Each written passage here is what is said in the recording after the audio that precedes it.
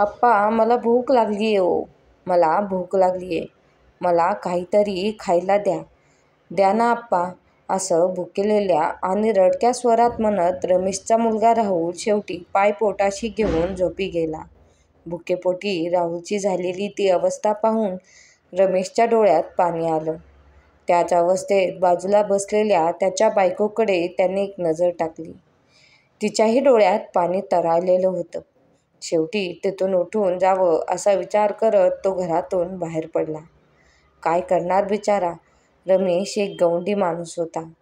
कुठेही चालू असलेल्या बांधकामाच्या ठिकाणी तो कामाला जात असे आणि रोजच्या मिळालेल्या कमाईवर तो घर भागवत असे. पण सध्याच्या परिस्थितीमध्ये त्याला कुठे कामही मिळत नव्हते आणि कमाई तर होणं शक्यच नव्हतं. त्याच्या घरचं सगळं धान्य संपलं होतं. शेवटी काहीतरी केलंच पाहिजे असा विचार करत डोळ्यांच्या कड्यावरचं पाणी पुसत रमेश चालत चालत चौकाच्या जवळ आला. चौकात पोलीस उभे होते.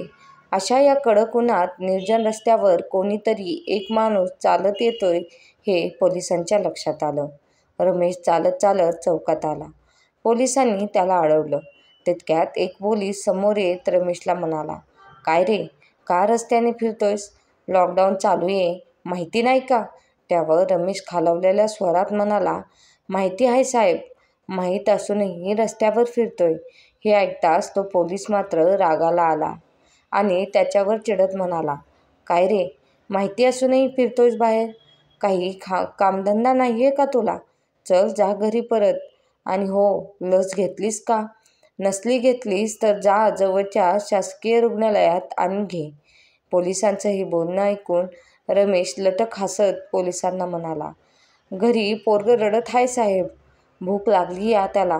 पण काय करू, आमच्या घरचं समदं धान्य संपलं या. भूक लागणार नाही असली कोणती लस आहे का साहेब? असेल तर सांगा, आम्हासनी आम्ही समदे घेतो. म्हणजे कोरोना जाईस्तोवर आम्हाला भूक लागणार नाही.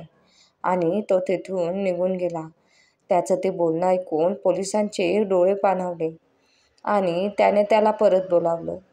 त्याच्या घरचा पत्ता विचारून घेतला आणि पुढच्या 2 तासात त्याला महिनाभर लागेल एवढं धान्य त्याच्या घरी घेऊन गेला. त्या पोलिसांनी आणलेलं धान्य पाहून रमेशचे डोळे पाणावले आणि हात जोडत त्याने पोलिसांचे आभार मानले.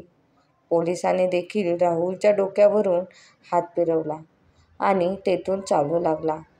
तेथून निघताना त्यांच्या चेहऱ्यावर एक वेगळाच आनंद होता. एक वेगळंच समाधान त्याला जाणवत होतं.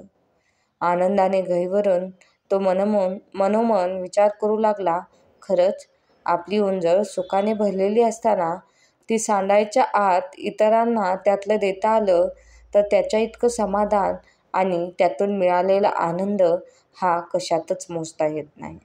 धन्यवाद. कोरोनात खूप लोकांची अशी दैनावस्था झालेली होती. त्यातलाच हा एक रमेश.